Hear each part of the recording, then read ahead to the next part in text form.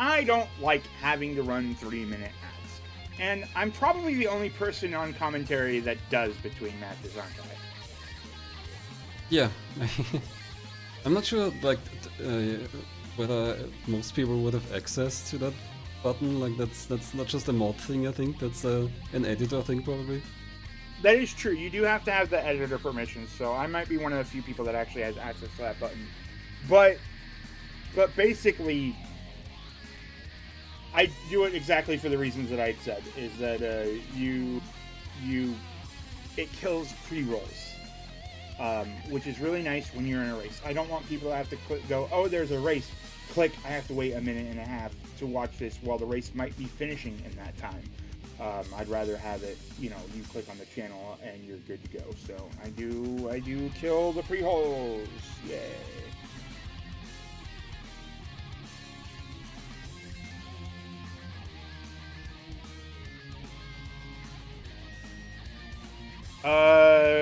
Cyro does not,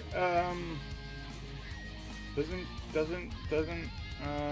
the Whitley have the 9th place inside roll?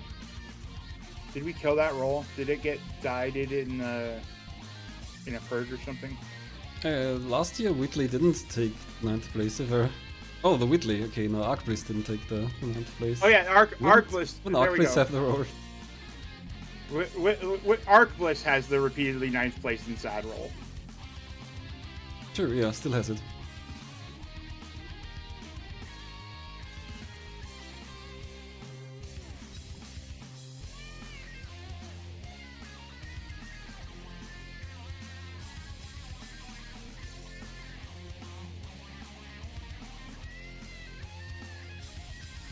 It has been a while. That is because I am constantly on the verge of, well, let's not talk about that here. This is race time. We got another race coming up here in just a moment.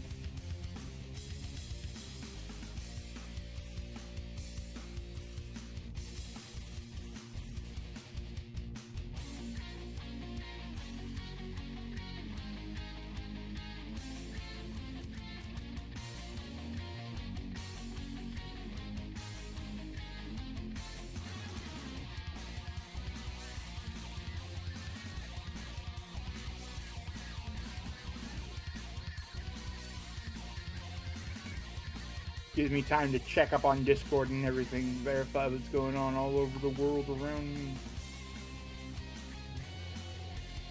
You know how it do.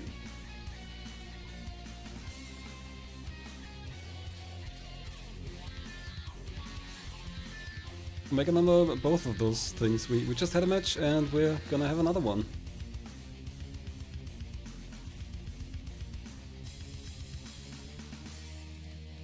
Alright, hello everybody, welcome back from Adland to another mystery tournament match. We've got AiCoVT versus, I just knew the answer, MarshMaster11. MarshMaster11 has been with us for 6 tournaments here. Has a win rate across 70% across all mystery tournaments. First joined in mystery tournament 14 and finished 13th. And got a best placement of 9th. Another one of our constantly 9th place inside in MT18. Well, actually, I guess MT18 was the first time hitting 9th. And ask the question, are you pondering what I'm pondering? I do not think I am. I do not think that it's a way to take over the world. But meanwhile, we have AiCoVT. This is the second time in the tournament with a 60% win rate with a 3 wins and 2 losses. You know, going positive in your prior mystery tournament is always a good thing. Anything above 50% is something to not sneeze at. Wizard who uses Blizzard to collect gizzards from Mrs. Erdrick. What? In what? Herd? Or in I'm a whiz herd? You know, I think I read the last line wrong. Whatever the case, let's see their history. Let's see what they got. Zdenic Rivery being defeated in Bunny Bye Bye. What's that? That's a puzzle platformer by Gel. Oh. And, okay. And the next line is incorrect. I think the Motorstorm race had technical issues. I forget what else they played. Alright, so we got, yeah, losing to flipped 663. in Wizards 2. That is interesting. That is a name I've never heard before, so I assume they're new. Yep. And then we got Teto winning in Atomic Runner for the Genesis, beating Semi in Javelin, a game by our good friend Daniel Lidson, where you throw a single thing. And then Easy Matt in Tailspin for the PC. Is that actually Tailspin? That's Team Baculon Tailspin, not Disney Tailspin. Okay. In AiCoVT, defeating one up in Secret Santa, so obviously had the better gift for his opponent.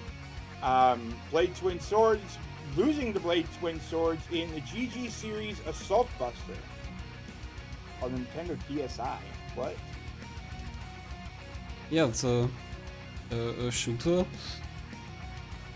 Oh, that checks out. And then beating Skurd in Forzo Gravity.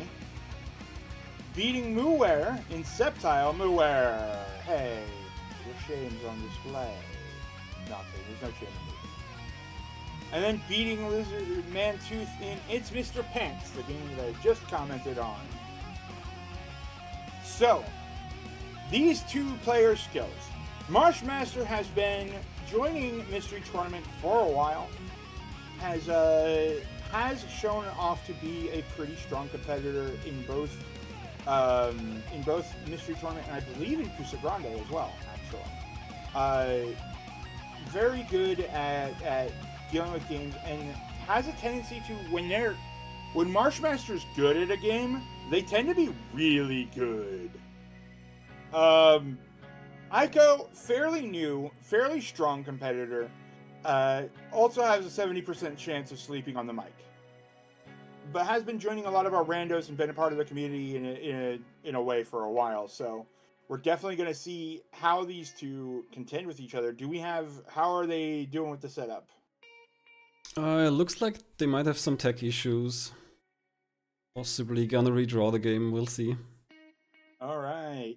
Can't wait for it to be a game that we have tech issues on. That was going to be an action game that I was ready to comment on, and now it's another puzzle game. So they've both been hoping for a puzzle game, I think. They're both strong puzzle players. That's true. I know MarshMaster's at least a strong puzzle player. I'm looking at the description of this game and it looks like it's more puzzle, yeah.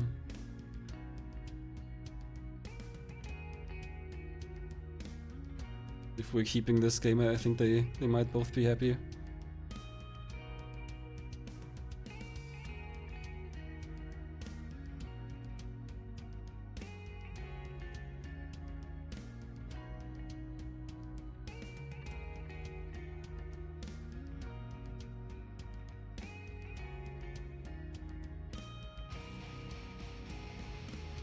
Alright, MarshMaster, while we're waiting for them to get our Muware, just read MarshMaster.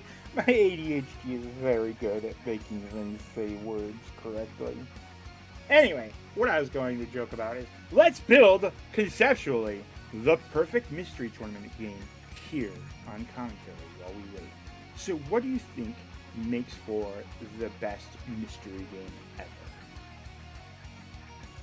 Well, I think you could go the I'd call it the meme route and make it a lawnmower Sokoban grapple game with a spinning guy, obviously. Oh yeah, a lawnmower Sokoban grapple golf.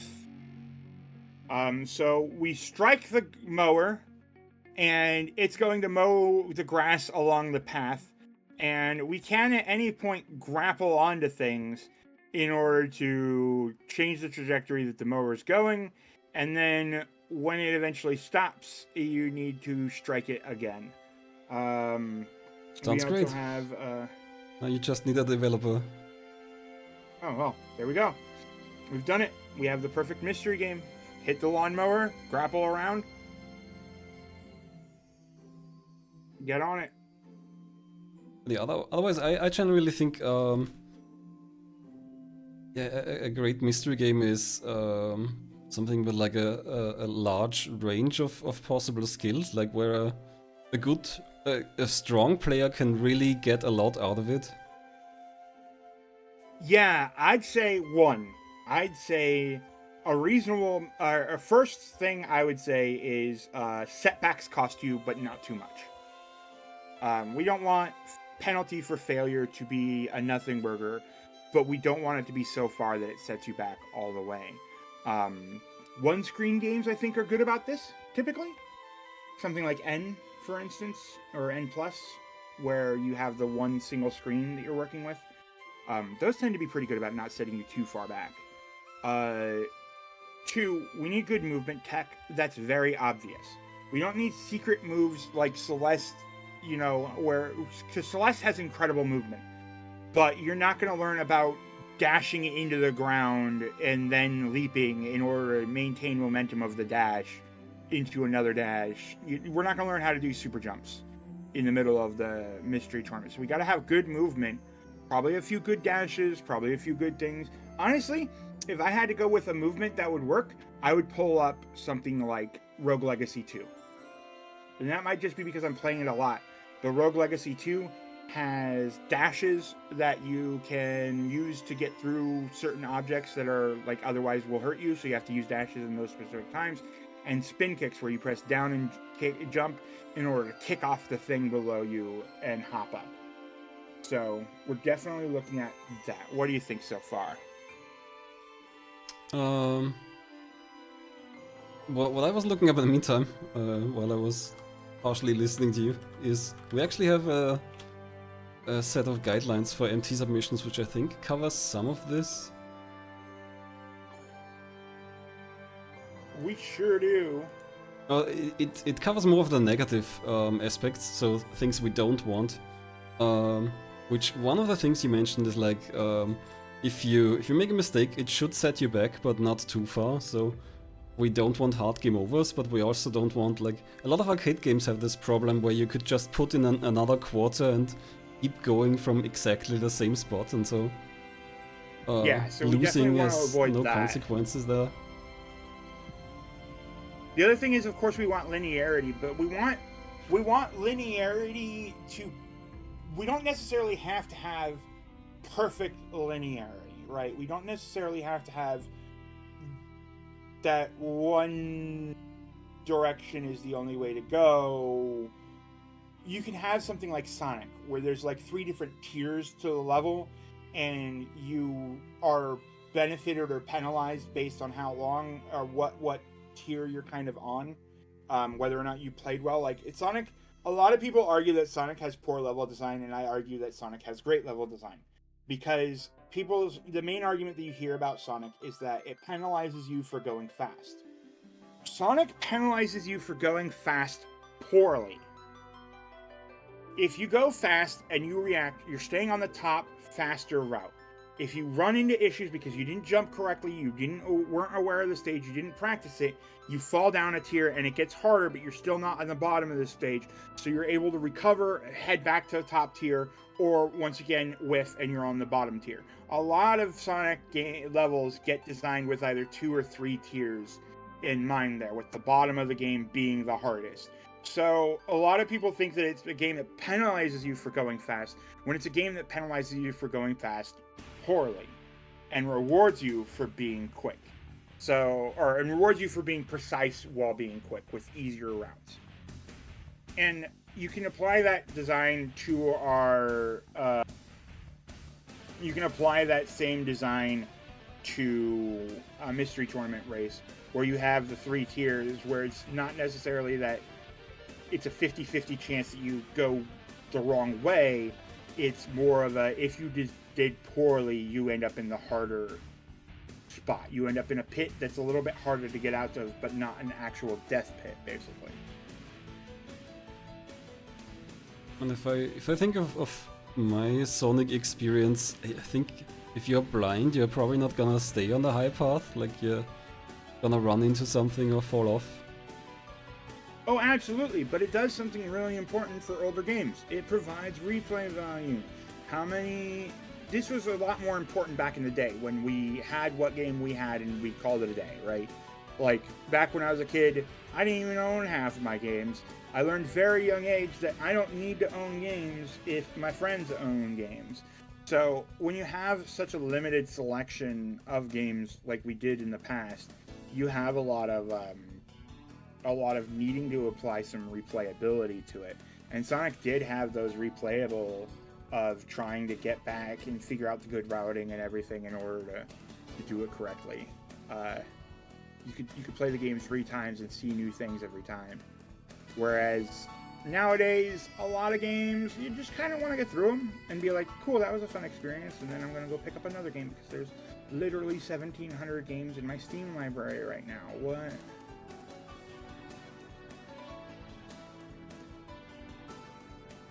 So my thoughts about like how linear the game is supposed to be, I think it makes it a lot easier for us. It avoids complications if the game is more linear, but also if we take those kinds of guidelines too strictly, then it kind of rules out a lot of interesting games.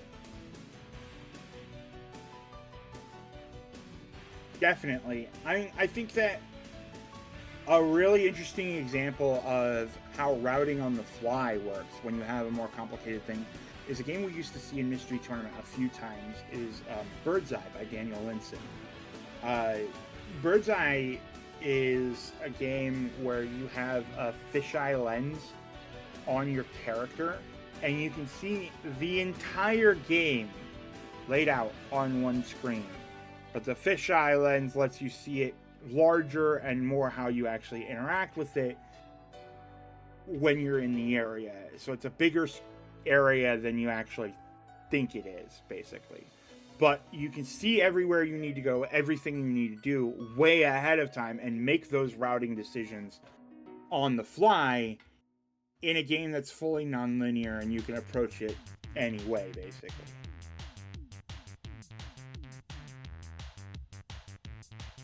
I'm looking at the player streams and I think they might want to change their setting. I'm not sure.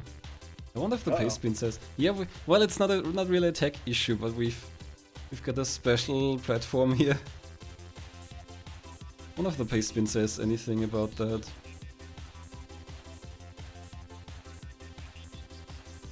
Apparently not.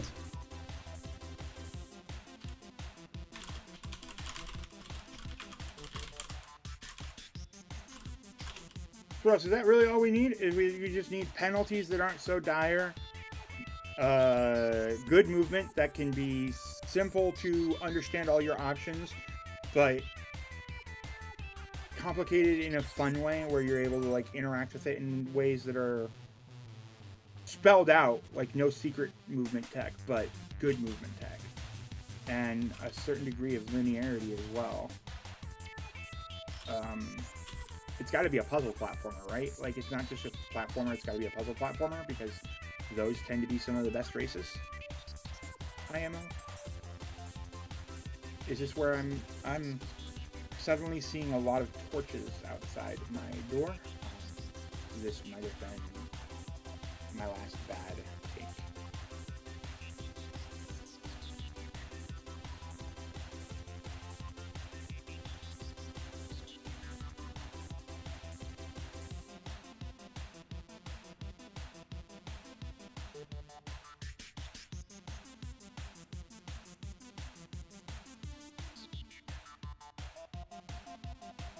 Rod, do you remember a game called Chalvo or something? Chalvo... On the Game Boy? Chalvo 55. I think that was an MT. I was trying to remember if it was Chalvo 55 or if I'm thinking Gorky 55.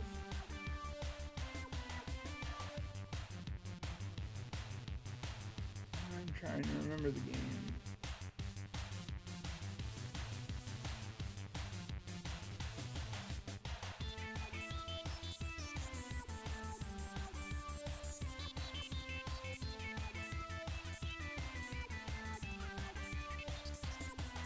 It is Chalvo 55.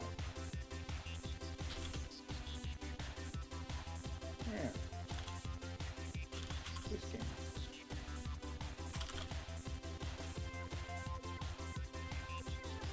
It's been a while since I've seen that one.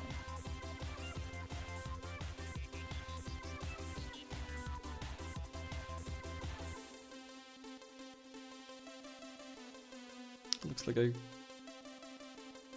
switch over in a moment, then it will make sense why I'm mentioning that.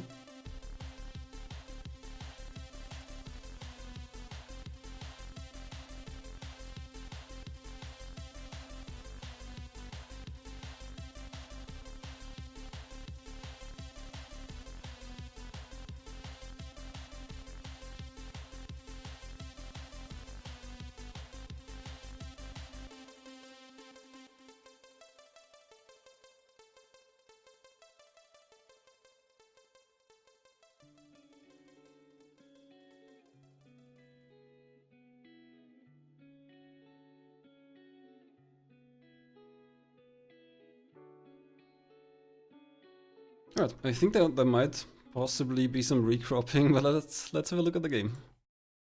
Alright. We've got Bound High on the Virtual Boy. Okay, we've got Bound High. This is a game that did not actually see commercial release on the Virtual Boy. We have seen this game a few times on Mystery Tournament.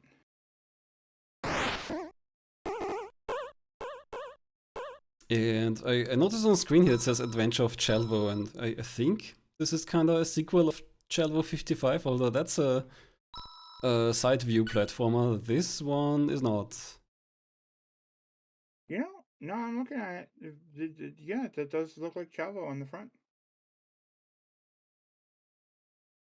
Cool.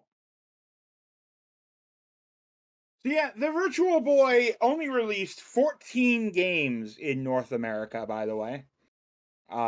This game was made for the Virtual Boy, but did not see a commercial release. I don't know the full story. I just know that it did not. If this was just a prototype or what? Unknown. But this is a trampoline game. This is a game where we are hitting blocks and then bouncing towards the screen and then dropping and landing on them, and we're constantly bouncing. We're constantly bouncing. This is a lot like Trampoline Terror, but not quite. Astrolabi, maybe? Is that a game that's like this? On the Game Boy? Or Rabby? Astro-Rabby. Yeah, I think Astro-Rabby is kinda like this. Or it's a top view jumping game. Internet Dirigible keeps mentioning, I think, on the CDI, the game called Zenith, which is also like this. Maybe we'll see that at some point. This Astro-Rabby here, while we're waiting for them to start. Yeah, we are about to start. Here we go.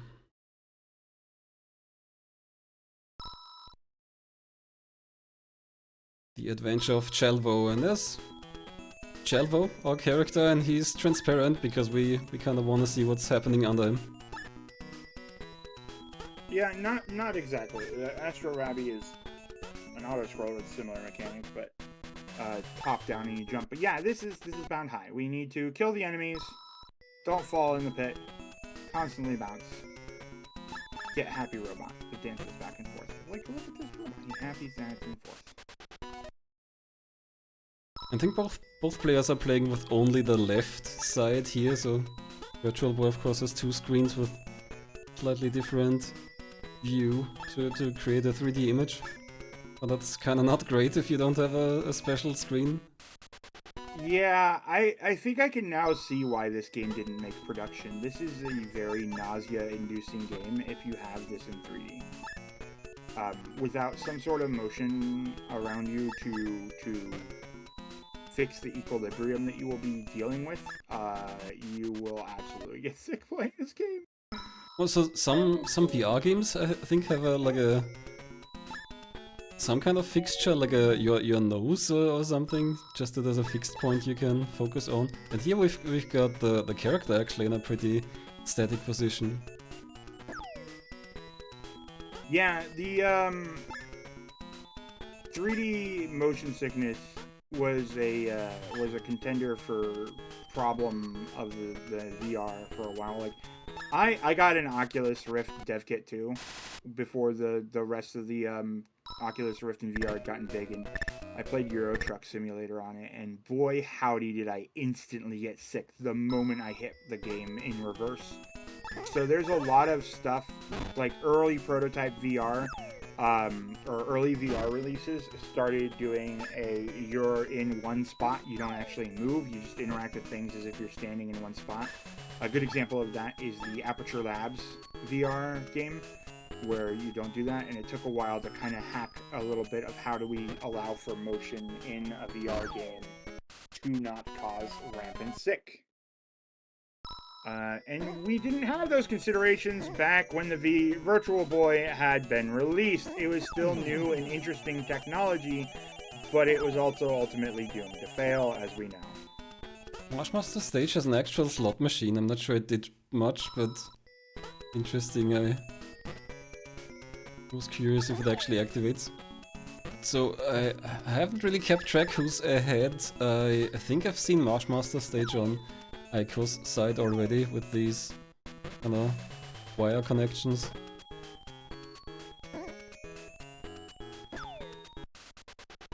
Well, we do see that MarshMaster took a death, and yeah, I think this was the stage that AiCo was just on. We definitely haven't seen the centipede boss from MarshMaster right now, so... Yeah, so we got the centipede! Boss fights, which I didn't expect. It does. It has boss fights at the end of each world. We gotta take down this centipede while not hitting the tail, which is easier in the early stages and not in the last. Most of the time, when I'm used to seeing centipede boss, I feel like I have to hit the tail, and then the tail shrinks. This is definitely a different take on that, it feels.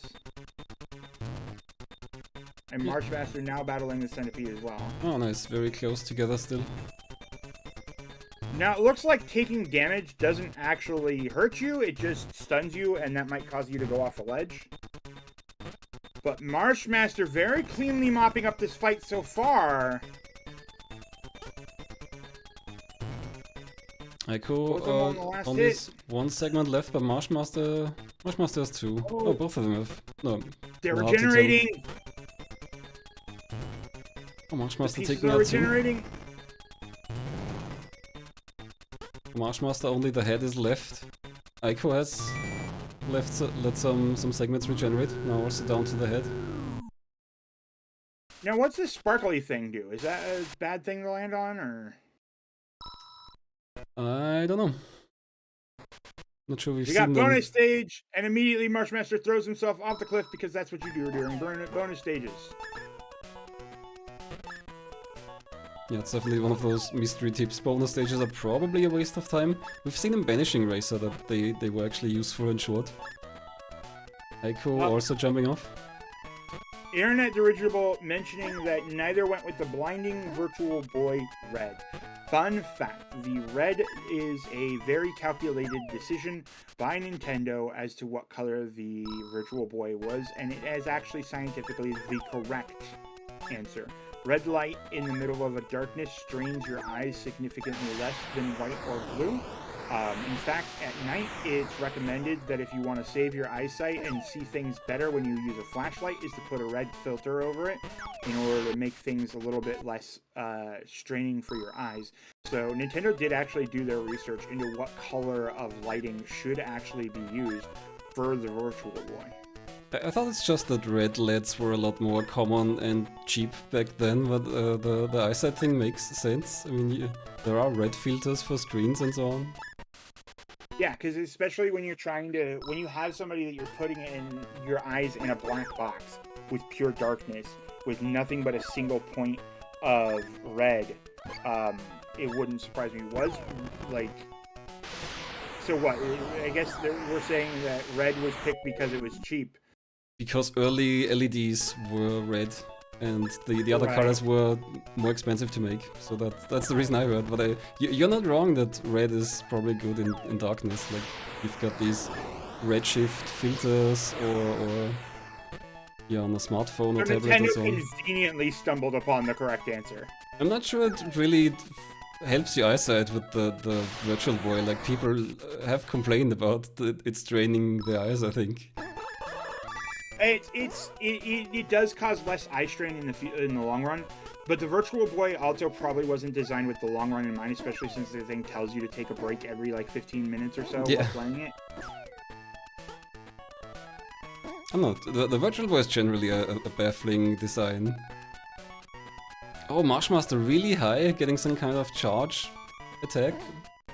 Yeah, these they looked like there were platforms that sent you flying for a very angry looking Chavo. Yeah, MarshMaster going up again and rocketing down. I think MarshMaster is maybe one or two stages ahead. We also have lives. I wonder if that ever really comes into play. MarshMaster's got a slot machine again. I'm curious if I realize this technology is many years old. This is one of my favorite things about going to MagFest is that they do have a museum with some older consoles and stuff, and they do typically have a Virtual Boy on display that you can go play and see how miserable it was for realsies. The Nintendo Museum just shows you a Virtual Boy. The MagFest Museum lets you play a Virtual Boy. Checkpoint. So is this a boss that we're fighting? Again, we're looking like we're dealing with splits. You hit it, and then it splits in small bits. Will those small bits grow into bigger bits if we let them for too long? Oh, God! Pac-Man! Pac-Man is shrinking the stage!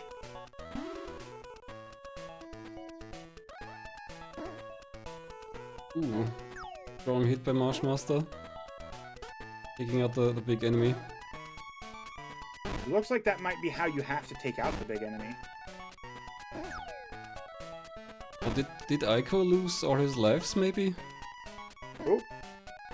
I think Aiko was on 2 lives when I looked the last time, so might have fallen off. It looks like the password takes you pretty much back to the same stage, or maybe Aiko just got a password. It looks like maybe it takes you to the same stage, but that's still at least a time loss because everything you've done before now has been erased. Like, when you lose a life, you still maintain the ability to mess with stuff. MarshMaster, this thing is moving in a very predictable pattern. There you go. Oh, we are still on World 1. World 2. Or World 2, yeah. So that was not a boss. It looks like this stage has similar enemies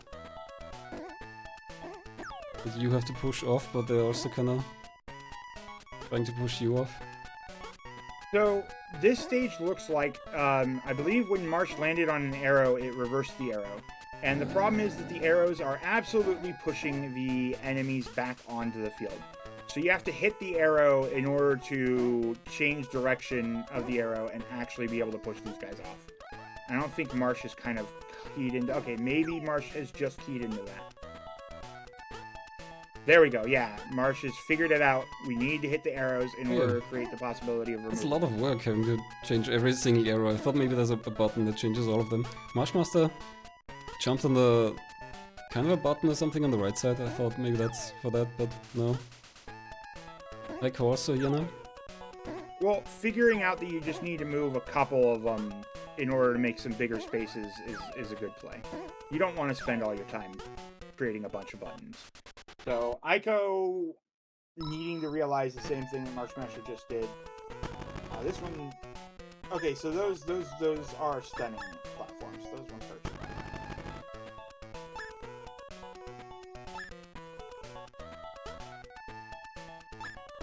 Yeah, it looks like the enemies can crawl on those, so it's a bit of a risk landing there.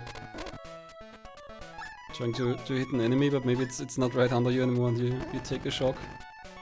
Or something else can also shock you.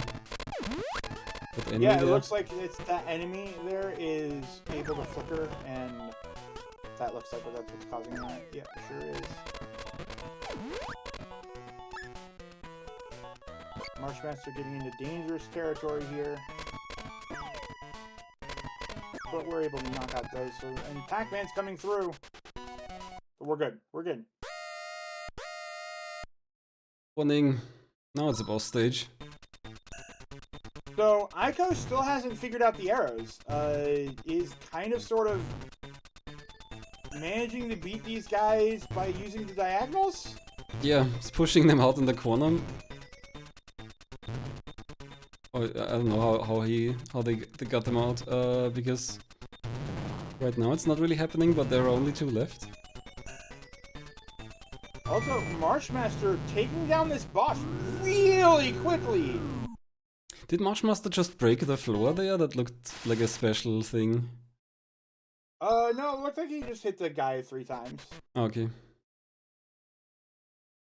World 3 already for MarshMaster, the last world. I wonder if not engaging in this mechanic is going to penalize Aiko later, as much as it's penalizing him now as well.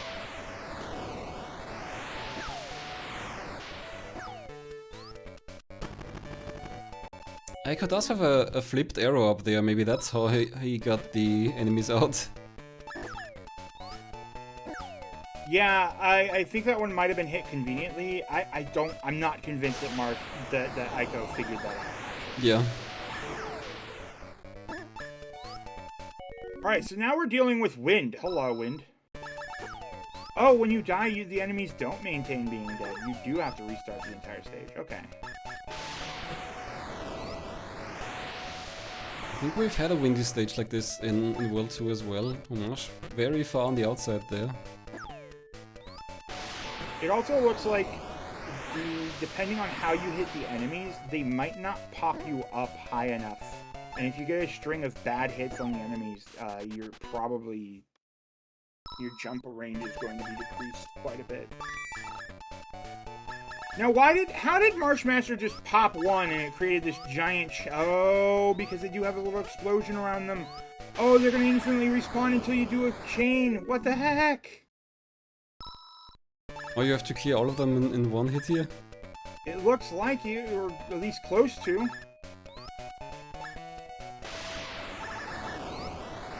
Oh yeah, they did respawn. Maybe you can destroy the spawners. That's a good plan. Destroy the spawners. See, this is what I was talking about. You got bad hits on these enemies, and in a quick chain, you don't get enough height, and you're out. You're done.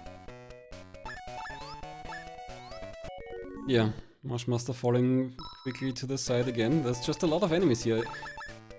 I think MarshMaster might even be trying to go for the spawners, but there's always enemies there. Notably, MarshMaster had very, very quickly beat this boss. Aiko now getting to it, but like MarshMaster barely spent any time on this boss at all. Oh, one of the spawners ran out. It looks like they just run out over time, so maybe you don't need a giant chain. I'm wondering if you do get a giant chain, if it actually solves the level earlier. I think it just helps you get rid of the enemies quicker, but it looks like all spawners are gone for MarshMaster. Cleared the stage.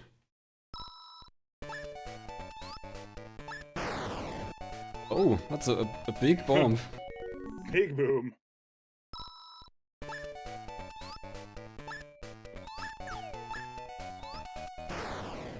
Yeah, as you said, it's possible that they pushed you far enough to the side that you don't make it back. Looks like that might have happened for MarshMaster there.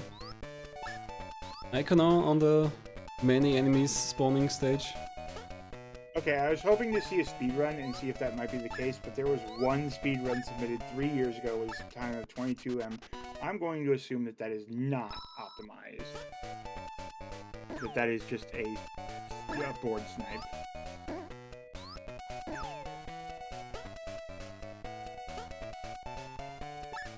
Oh, Aiko got through the stage quickly, I think. Yeah, Aiko got through that way quicker than Marsh did. I think MarshMaster died twice there. Correct. Actually, I think 3 times. Oh, okay, yeah, that explains the difference for sure. Looks like we get the slot machine at the same time every stage, so I think that means we might be getting to the end here. The slot machine was Oh, did we see one in World 1 and 2? Yep, in every world. Okay. Well, we know there's 10 stages in every world, and I think that we know that it was World 7, or we saw the 7 come up when Ico did the code, but I don't know if it shows that. I haven't been paying attention during the screen transitions. Okay, there's clear time that, and then we're on stage 4, start. Yeah, so. Because I'm pretty sure there's 10 stages in each world. That seems about right. MarshMaster almost falling off again. There's not a lot of ground left, and these enemies pushed quite a bit to the side. Yeah, I was wondering if Pac-Man was going to come and cause some problems. We got a plasma stage, what? Oh. Yeah, we had those before. I never really noticed what exactly that means. But I've seen plasma stage before. Maybe it's just that there's this electric floor. Okay, MarshMaster intentionally taking a game over because it does look like the codes are not every level. It does show you when you get to the halfway point, basically, right before 7. So that is a good decision of an intentional game over there. Magic tile. Magic tile. Is that just a saver? Oh, yep, you can make floor. You sure can.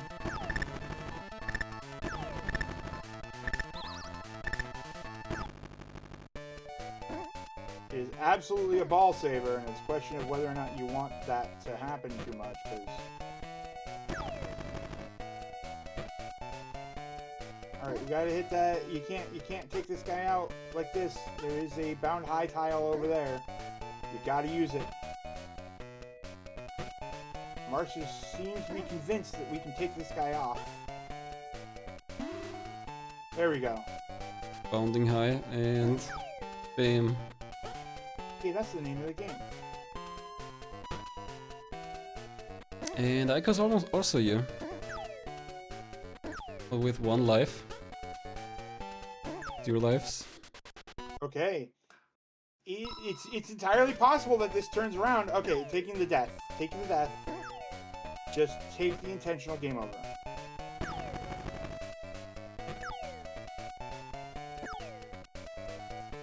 That is one of the most common techniques we'll see here in Mystery Tournament. The 2 most common techniques, I think, that applies to a significant amount of games are death warps and intentional game overs for speed trick.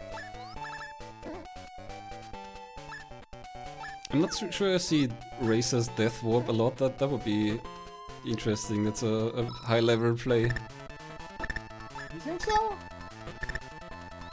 Yeah, for example, when someone starts pause buffering, we always mention, oh, that's a smart idea, and not a lot of people do that. And I feel like a planned death warp would be like that.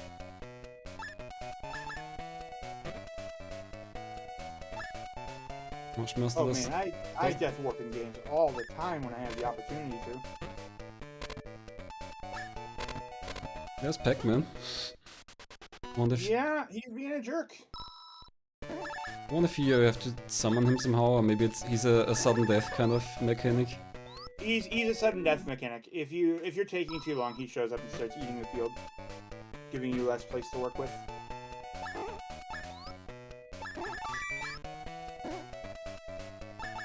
You're right. A lot of the race games don't support death warping in Mystery. There's very few instances where it does, so I'm always surprised to see it happen. I'm just saying, like, in terms of general tech that you can apply to almost any game that supports it, death warping feels like one of those common mechanics.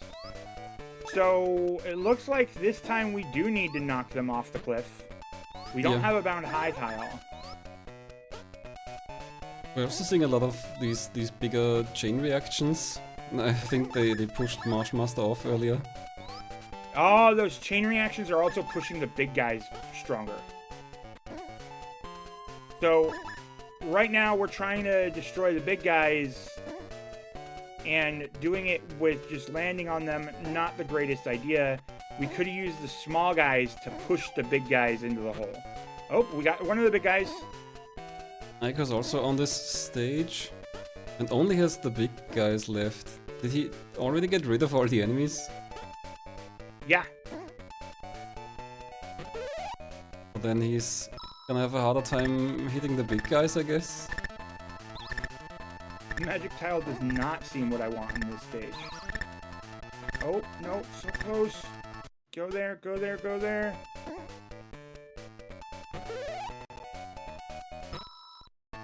Super Chelvo with a different face that doesn't really look super, I don't know. Oh, he MarshMaster? bounces. He's heavy. He's heavy. He bounces lower. So you can use that to get better bounces on these guys. MarshMaster's almost got that one. There we go. Alright, welcome to World Stage 10. Okay, I was wrong about there being 10 stages because it looks like this is Stage 10 and is not quite the boss fight yet. Yeah, it's a very sparse stage, just a few platforms, enemies on most of them. Oh, and then the wind. Wind is a jerk. Good call to stay mid when the wind started popping. Pac-Man's here already. Oh, that's not gonna... Yeah. Didn't make it back to a platform, but there was not a lot left. I guess you really have to watch the order in which you jump on stuff here, so that you have platforms to land on. Aiko is right behind. This is entirely possible for Aiko to take over the lead now. Yeah, just like the last race, this is still very close, even though we're probably near the end. We had a moment where MarshMaster had a pretty solid lead, and then Aiko just started nipping at the heels and has been staying there the entire time. Oh, Aiko barely survives that. Is this the turnaround point? Getting saved by the item. No, Pac-Man, he's taking away lots of our platforms. There goes Pac-Man, causing a pain, and here comes Aiko with... Oh! No! Oh, that wind is so rude! MarshMaster's That was also... almost it. MarshMaster's also running out of lives. Oh, that's gonna hurt. That's gonna hurt bad. Yeah, so the password resets you to a fixed stage and not the last stage. This, oh my god, bouncing off Pac-Man. Is this it?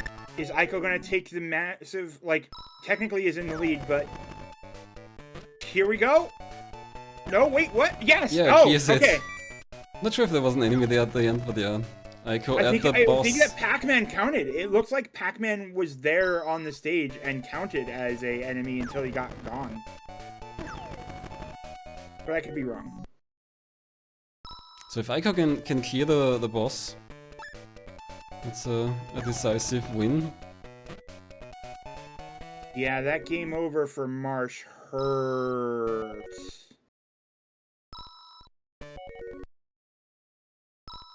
Looks like this boss is hiding under the tiles. Oh, being That's it! done, yeah. There it is! Aiko wins! Aiko takes it at the last moment. MarshMaster getting a game over, having those resources available to die a few times, very beneficial. Like we'd said, you can get set back by game overs. And once you learn that you can get set back by game overs, you gotta be careful how you approach things. That wind was rude.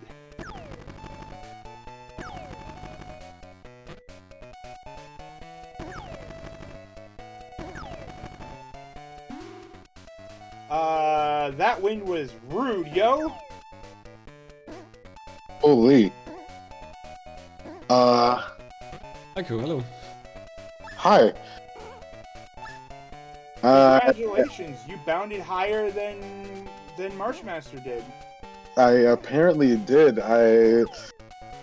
Yeah, I mean, this was kind of a wild card of a game. I'm glad it kind of just worked a little in my favor there. You were losing pretty badly early on. You caught up and started nipping at the toes of Marsh. And then, unfortunately, Marsh just game over on that last stage. The little pieces of stage with jerk wind. Unfortunately, playing MarshMaster would set him back. Yeah. Yeah, I think it was literally the last stage before the boss, yeah.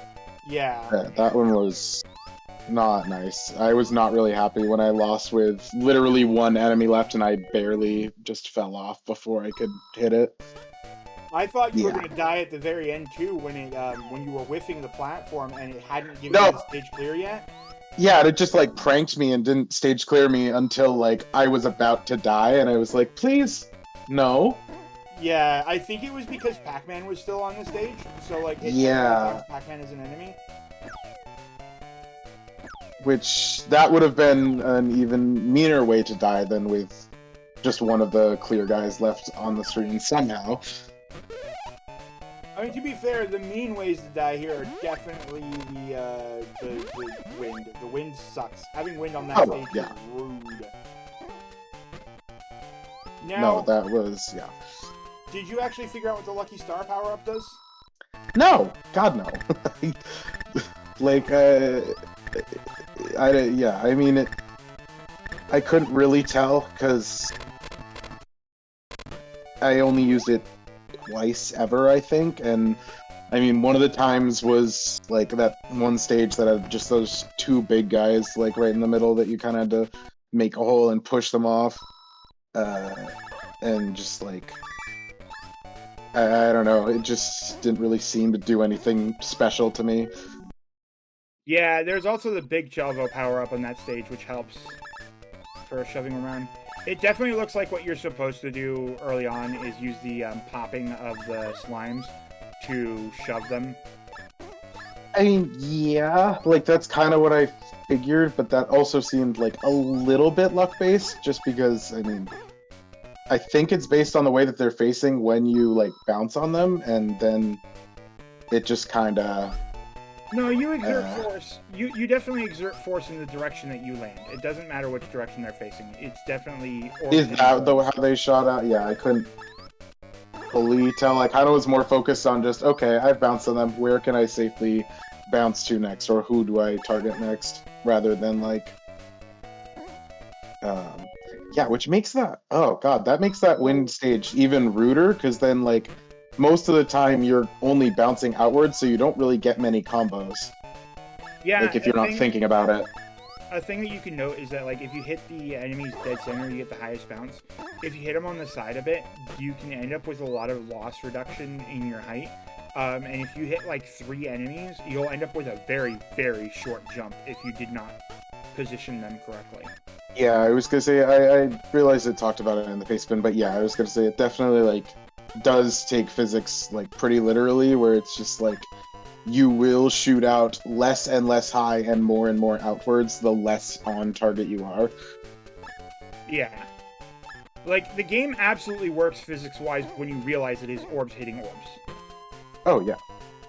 It's just, it's a 2D representation of an orb, which is a little bit hard to deal with. I mean, even in 3D, those orbs won't shine as 3D, like, as they do here.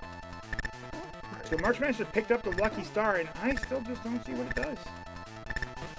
Yeah, I mean, like, I saw it, and, like, in my head, I was kind of like, does it maybe make spawning power-ups more likely? But even on that stage, when I had it, I hit a decent number of tiles and didn't get a single other power-up, so I really am not sure. Maybe, That was definitely my thought, too. maybe it just brings you good luck.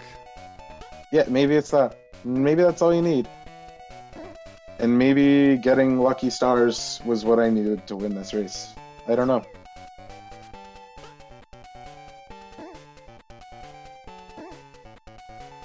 MarshMaster's also down to 0 lives again, so I'm kinda scared here. Yeah. Yeah, 'cause I mean, 0 lives before you even make it to 310. Just feels like a death sentence. I just noticed the meteors in the background. Does anybody else have pareidolia with that? I see them as faces, kinda, yeah, if you mean Yeah. that. Yeah. Lots of floating space faces. Yep. Okay, good. That's not just me. Yeah, I see it a little bit, yeah. I don't know if I pronounced that word correctly, but here we are. I think it's the miss! pareidolia. Oh, and that's harsh! Oh, MarshMaster, no! Yeah. Oh.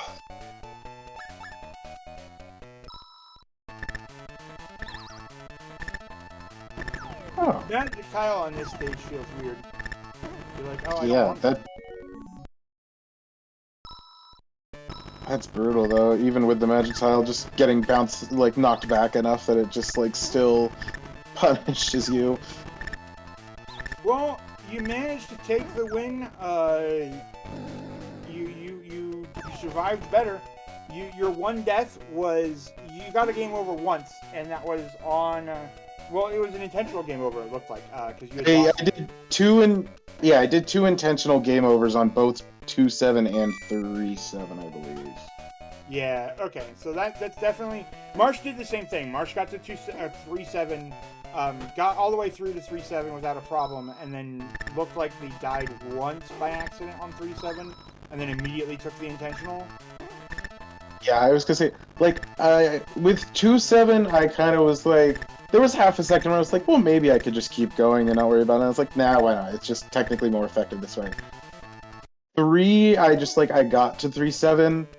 I wasn't thinking about it, and then I died once, and I was like, wait, I have, like, 1 life left. Get me a new set, please.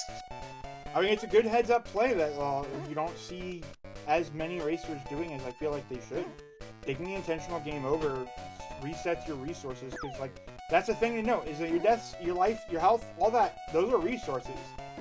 It's common to see in speedruns where we'll be like, oh, health is not just a thing that I need to save. It is, oh, the amount of health that I have is a resource I get to use to damage boost. So I need to do what I can to utilize that resource. And yeah, hitting the intentional game overs is a good heads-up play. And oh, MarshMaster just got those bad angles we talked about, where you have low altitude, high... Yeah. Latitudinal adjustments? Horizontal adjustments? Adjustments. They're adjustments. Yeah, but I was trying to figure out what to call the plane. Yes. Planar adjustments? Well, wouldn't a planar adjustment mean you're just like shifting the entire like existence? You know, maybe. Look, I may have looked into 4D minor and 4D golf the other day, and I'm now understanding Ana and Kata, so we're... I might be trapped in how do we define physics right now. This is fair. So, physics is a hard thing to define. This game is motion stick the game. How'd you cope with that? Did it just adjust over time? Did you never feel it? I honestly did not really get any motion sickness from this. Like, I think there were points where it was like maybe a little jarring, but I never really felt sick, luckily. I feel like I am kind of lucky where I just don't really get that at all from games. And especially, I mean, for racing a game like this one where it really is that kind of jolting motion out of nowhere. Yeah, I didn't think I had any level of motion sickness in video games for a while too, until we were talking about it earlier and I donned a headset and played Euro Truck Simulator. Mistakes were made. Yeah, I was gonna say, that feels like it gets close enough to real that it, like, if you have, like, because I was gonna say, I can get, like, kind of, like, vehicle motion sickness, you know, if I'm, like, my body's actually moving as opposed to, like, my vision contrasting that, but, you know. Here we go. MarshMaster wisely deleting platforms around to try to make this a little bit easier. Yep. I wouldn't go for the double hit, though. That's a little scary. One more. Got it! Okay, 5 lives on this difficult MarshMaster. stage. That's what you want to see.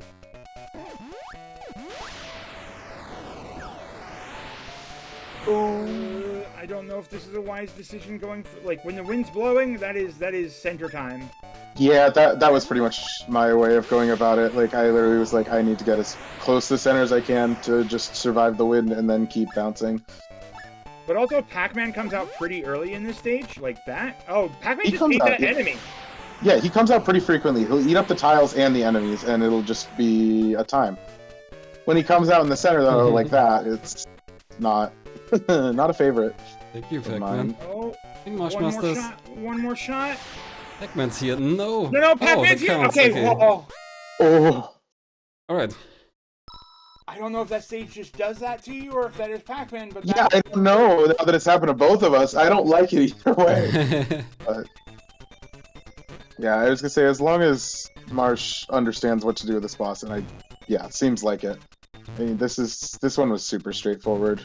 yeah, I admittedly had the thought initially when you fought it that you needed to destroy the platforms that it tethers to. And I saw Interesting. very quickly Yeah. that was wrong. Yeah. Yeah, I was gonna say. I mean, I saw it kind of just like when I saw it was like popping up between the tiles. I realized you just kind of like in my head, I was like, okay, I probably just need to bounce on. But like, it was a little like jarring at first that they kind of just appear in the background, and like even then, just like figuring out, where are they gonna pop up? Because I mostly had it, but like there were a couple times where I'm like, oh, they're like 2-3 spots down from where I actually think they are. Well, congratulations. MarshMaster has finished the game. Let's see if they're going to join us, but you did. You managed to take the win. You took the win with 12 minutes. It took 12 minutes for MarshMaster to recover from that loss. So, bravo. I mean, the simple fact is that you stayed alive when it mattered, and that's an important skill. You can fall behind as far as you want to fall behind, but if you manage to stay alive at the one moment that it matters, it can change everything. And we have MarshMaster here with us as well. Hello, MarshMaster. Hello, hello. So, yeah, let's just say, get this out of the way early. Yeah, you were ahead until that game over. Yeah, I figured. You were making incredible progress. You trounced the World 2 boss before it was even a consideration. Like, you just whopped it instantly. But that last stage is rude, yo! Yeah, 3-9 and 3-10 were both kind of tough levels. I did see that you at least evolved to the way that you played. I noticed that in the last round of 3-9, you were doing a better job of going, okay, this last guy, I need to break the tiles around him first to make it easy, where in the first one you kind of mashed your face against it. And it also looked like you were doing a better job of trying to hit the specific slimes that would pop it in a direction, rather than just hitting whichever one you had options for. Did I perceive that correctly? Was that on the mind? For the first one, I definitely did adapt to break the tiles before getting the big guys off the board. I don't think I was paying that much attention to the clear ones. The clear guys kind of turn randomly, and it's hard to tell by the time you're coming down which one to aim for. Gotcha. Well, you had a really good showing early on. Unfortunately, that is sometimes the case with a game where you get very far and then you die at the time that matters, and that's going to be a wrap on it. But overall, you had a good showing. It just came down to moments. Indeed. And also, that stage is really, really rude. Definitely. Did they really need to add wind to that level? Right? Like, it's already rude enough. Why do we have wind? Ugh. And Exactly. Pac-Man shows up so quickly, too. Mm-hmm. And Pac-Man actually kind of helps to a certain degree, because it seems like it doesn't really care if there's already enemies on the squares. So it does seem like Pac-Man can get rid of a couple of enemies for you. Yeah, he absolutely can. I saw one the last time you were playing, or the last time you were on the stage, where he swept up a tile and then went continuing onward on no tiles, but the enemy was conveniently in his way, so he took him out for you. That's nice. So, yeah, well, unfortunately, Marsh, I believe this is your exit from the tournament. How have you felt about your performance this time? Well, as I've been saying a few times, this is farther than I expected to get, so I'm pretty satisfied. Fair enough. Well, congratulations on surviving this long. But unfortunately, like I said, that is going to be your exit. We're going to see you again next year? Absolutely. All right, Aiko, you're still in it. You're still in it. How you feeling? How you feeling about your chances? I don't feel great about him considering I've got Okami next. Oh, that's fine. Okami's a pushover. Nobody cares. He's never won any tournament in his life. You're fine. Yeah. Definitely not. Okami, notorious game loser. Yeah, Right. That's true. It's true. I look at Okami and I think, man, what a. I mean, Anyway, good luck with that next match. You're gonna need it. And as for you viewers, thank you so much for watching us here on Mystery Funhouse. We're looking forward to the next races coming up soon. Let's see what we got. We've got tomorrow at 2 p.m. We have Untitled versus Fur Turret. And then on the 20th, we have Someone 325 versus Callback. And Lizards 5, we have Ridley Dragon versus Cookies Are Yum hitting into the 21st. So we got a match a day for you. And remember, folks, as we get closer to deadlines, more and more matches tend to pop out. So always keep an eye on your wonderful Mystery Funhouse, especially as we move into the weekend. We will be back with more matches, more actions, all thanks to our wonderful broadcaster, Muware. Thank you so much for picking up these races. And thank you very much for your expert commentary. I wouldn't miss it for the